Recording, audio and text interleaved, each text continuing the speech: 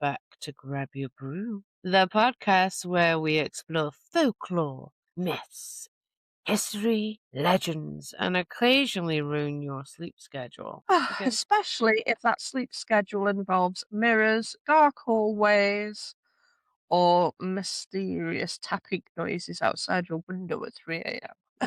Yeah, Today we are kicking off a brand new series. a series about one of the most famous monsters in human history. A creature that is terrified people for centuries. Inspired countless films, books, and questionable Halloween costumes. Yes, today we begin our deep dive into vampires. From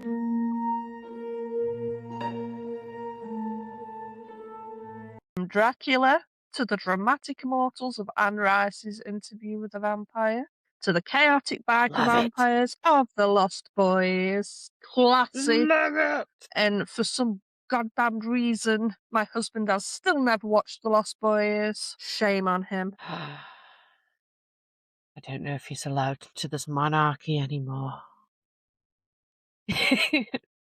The blood Matriarchy. soaked matriarchy. There we go. The blood soaked insanity of from dusk till dawn. Sorry. And yes, we will also acknowledge this sparkly elephant in the room. Whether you love it or hate it, Twilight changed how modern audiences think about vampires. But here's the thing, the vampires we see in movies are often very different to the vampires of folklore. Yes, extremely. The originals, not the show, the TV show. I love that TV show too. Also, gotta watch the originals. The Yeah. originals were not romantic. They were not charming. They were not brooding, immortal heartthrobs. They're usually described as bloated corpses, purple faces. It makes me think of in Diablo 4, there's the bloated monster that comes out and you kill it, and Yeah, all the stuff, and it's like more monsters spew pus out and of stuff it. comes out. Yeah. Yeah. Ugh. And then it smells something like that had been dead for a while. I would like to say to my son, like, what crawled up your ass and died? Which is significantly less glamorous than the modern vampire aesthetic. This is episode 1 of our vampire series. Yeah, today we're starting with the big picture. And what exactly is a vampire? Why do so many cultures have them? Because they're real. And why have they evolved? Why have they evolved so dramatically in books and films? Because sex sells. It's my theory. Because the vampire is not just one creature.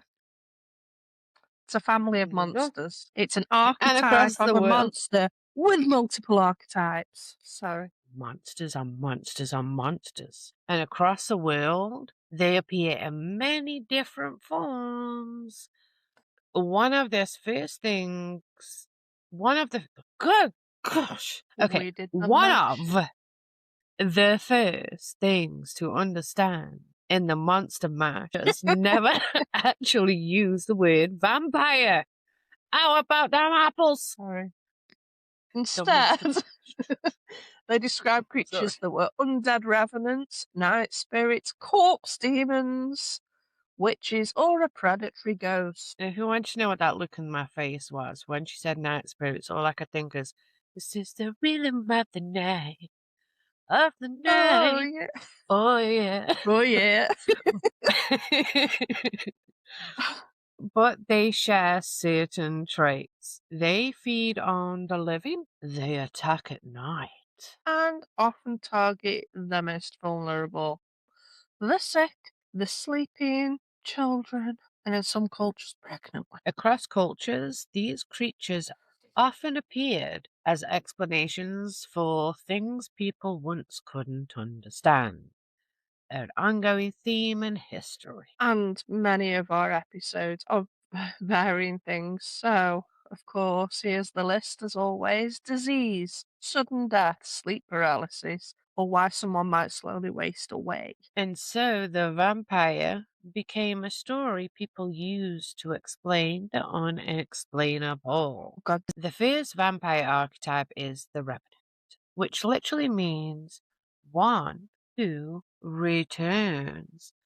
This is the classic folklore vampire, a dead person who rises from the grave. they often attack their own family, which awkward. Ah, imagine that The- family dinner. I know. And these creatures So we appear spent all throughout this money to Eastern. bury you and now you come back to kill us? That was an expensive funeral. Yes. But yeah, these creatures appear through Eastern Europe folklore. You know, names that you may have heard like Strigoi, Moroi, Upia. Like how you pronounce that, because I would have butchered you too. I would have said up there, yeah, up there. Yeah, but I watched a good TV series, And the weird thing Hemlock is, I feel like Grove. it's just believed the dead could raise from their graves and feed on the living. And when illness spread throughout a household, people sometimes blamed the first person who died. So the body would be dug up, examined, and if anything looked suspicious, I mean, you know, partially decomposed, they might stake it, burn it, or decapitate it. Which is a very intense version of checking someone's pulse. The most famous version of this vampire in court is in court. The most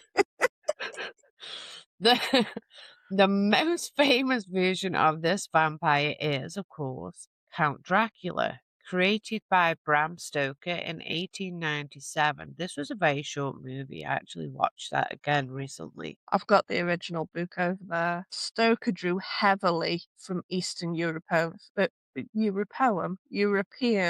folklore, but he added something new: charm, elegance, and a castle.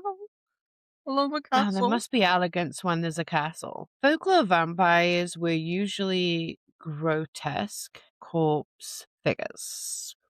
Mm, yeah. Dracula is basically the luxury rebrand. Yeah. Another vampire archetype is the plague carrier. So before modern medicine, people didn't understand how disease spread. So when several members of the family died, one after another, some communities believed a vampire was feeding on them. When graves were opened, normal decomposition could sometimes make bodies appear strangely preserved, which people interpreted this as proof that the corpse had been active, is the best word you can use. One one of the best cinematic examples is a word I cannot pronounce. Nosferatu. Nosferatu. I wasn't too bad off. I just terribly butchered. You had the I couldn't do the You would think I had tongue tie. The oh no. You know what it is. I hadn't drank enough water or no. Nosferatu. It's a good film. Very old. I love it. Nosferatu. No, my throat ain't throating today. So. That's what she said. Pause. That sounded terrible. The terrifying vampire from the 1922 silent film. If you haven't seen it, go ahead and watch it because we can't play it on here because of copyright issues and we want to get monetized. Subscribe. Yeah.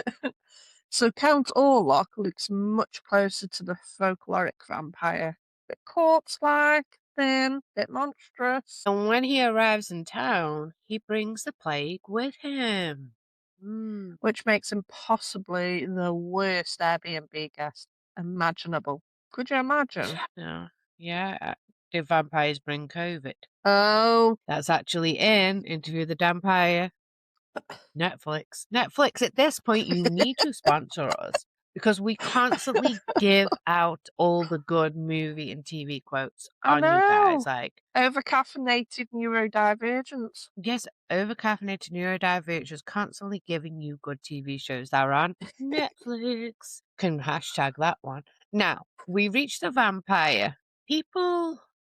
Most people recognize today the seductive, immortal beauty dangerous, charismatic.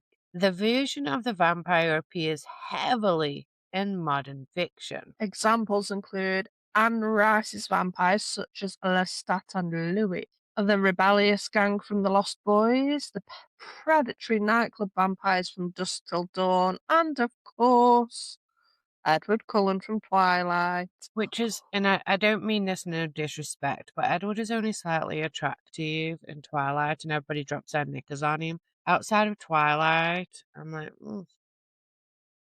My a vampire father-in-law who will go, "Oh, he's a sparkles. beautiful man." Gosh, we must be absolutely gorgeous to him then. A vampire who sparkles in sunlight. I mean, That's a new one. traditionally, this would be really confusing for a vampire. Could you imagine a vampire walks out and everyone's like, dude, quick, quick, you're gonna combust, and you're just like, "Ah." Sparkles. Jazz hands. No need to be alarmed. I just forgot my tap shoes. Oh my gosh. Sorry. I've got the giggles. Moving on to one of the most disturbing archetypes, the flying female predator. These appear particularly in Southeast Asian folklore. Examples, and I apologize. The Would you like me to butcher them Penangalan. instead? Yeah, go on. Have at it. Okay, let's see. I Because the will do last my one best. looks like a racist term to me. Oh, that's such a good film. Me and Matty watched it. There's 3 movies. So we have the Penangalan, the Penanggalan. Mananangal, the Pontianak, and the Kuntilanak. Such a good film. See, It's on Netflix. It was better at pronouncing than me. Many of these brings. I said that wrong. Many of these beings are associated with pregnancy and childbirth. Also depicted in the series of Diary with a Vampire, episode 8.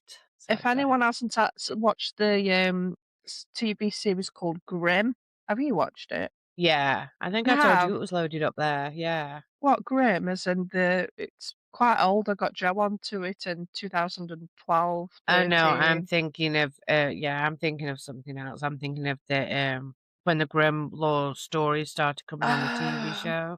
Yeah. No, it's a TV Sorry, go show ahead. called Grimm.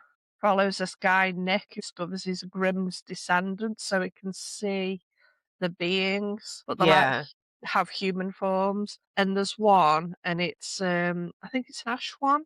I think it's called. Yeah, and it sucks out pregnant Pally. Yeah. Ooh, good series though. Very good series if you love your folklore. Anyway, historically, Netflix. these were dangerous events. Yes, Netflix. Well, Grimm's already a series. I can't really take credit for that one. But yeah, descriptions of these creatures are not pleasant. Some appear as floating heads with trailing organs. There are some good animes. Others detach their Yeah. upper bodies and fly at night. I can't remember what anime it was. Many. It had the long dark hair and the woman's face, and it's flying with entrails everywhere. There's quite a few. I know there's like a depiction of it in Fullmetal Alchemist. Yeah. My gosh, my name. I can see it in my head, but I cannot remember the name of it. Where they are actually blonde in that one. There's quite a few, isn't there? I think I've seen more anime than I have regular TV shows. I feel like anime gives me permission to watch cartoons without judgment. Yes. Which makes some of the most terrifying vampires in the traditional world. Not sorry, I went all bad. Next, we have the energy drainer. I mean, some humans are that. But anyway, moving And along. yeah, I mean, there's some because when I originally wanted to cover this, they were saying like they are types of vampires that just drain your energy, and they come under that Metaphysical archetype. vampires. Yeah. Sorry. So, not all vampires drink blood. Well, vampire-like beings, shall we say. Some Yeah. drain life force. So, in Chinese folklore, there is the Jiansha. I'm sorry if I'm butchering it, but when I translated it, it says hopping vampire. Could you imagine? I want to drink your blood. I don't know why I imagined Sorry. a vampire on a pogo stick. That's what I was trying to do. My days. Okay. But yeah, it doesn't map perfectly onto the Western vampire. It's more a reanimated corpse that drains the chi, body's vital energy. Yeah. In India folklore, we also find the Vetala, not to be mistaken with your, I'm not going to go there. I'm not going to go there. Sometimes translated as vampire, although that label isn't exact. The Vetala is more accurately a corpse inhabiting spirit associated with cremation grounds and the relentless dead. Should So have picked it's the like right I see a dead body, tombstone. I'll have a go. Yeah. Then, Oh, there's a free one here. oh, Let me try it on. yeah, I need a new meat suit. Sorry. Oh, we also have the Okay, I witch just had the vampire. visual. Ooh, sorry. I had a visual Yeah. when you said that. When you said new meat suit, all I visualized was Practical Magic, where they kill him and he comes alive and he's like, "Ugh." You know what I'm talking about? Yeah. That Oh, yeah. scene. Sorry, go ahead. Yeah. So in some traditions, vampire beliefs do overlap with witchcraft. Not necessarily undead, but they still drain blood or cause illness. An example is the Adze, if I'm saying it correctly, from U folklore in West Africa. The Aze is said to transform into a firefly, quite pretty. But then they enter the homes at night and feed on the sleeping victims. Not as Not so pretty. pretty. In some traditions, see, this is a perfect example of it. You can be beautiful on the outside, but if you're ugly on the inside, it Yeah. reflects in the blood sucking. In some traditions, the Adze is also connected with witchcraft and unexplained illnesses, which it could simply be like mosquito fever. What was Yeah. that thing that was being passed by mosquitoes that everybody had to get a shot for? Is it Ebola? No. No, it Thank God. had the word mosquito in it. Who did it? Thank God. Yeah, it was like a flu type thing that was passed on from mosquitoes from taking the blood of others and then going bite somebody else. I know they had a huge outbreak in Florida. Dengue fever. Yeah, no, they're one of those fevers. Never mind. Yeah, a fever. Yeah, a fever. Right. Right. Now, this is one of my personal favourites. Vampire-like beings connected with dangerous. I'm merging my words. What's going on with me? Vampire being connected to dangerous landscapes. Places like deep forests, remote wilderness, or water-rich environments. Mm-hmm. An example comes from Scottish folklore, the Banshee. So A it's a predatory fairy woman who woman. appears as a beautiful young woman. Yeah. I like that one though. But I mean, obviously it's Banshee. There's a lot of folklore overlaps, but No, it's Banshee. hey, It's a different yeah, I one, know. Banshee. But yeah, there's a lot of she, isn't there? Yeah, but she lures travelers, often hunters, because obviously they're in their home. You're in their home. What do you expect? Often hunters into dancing, and once they are executed, she drinks their blood. Bavanshi. That's a Han. That's definitely a Han. Okay.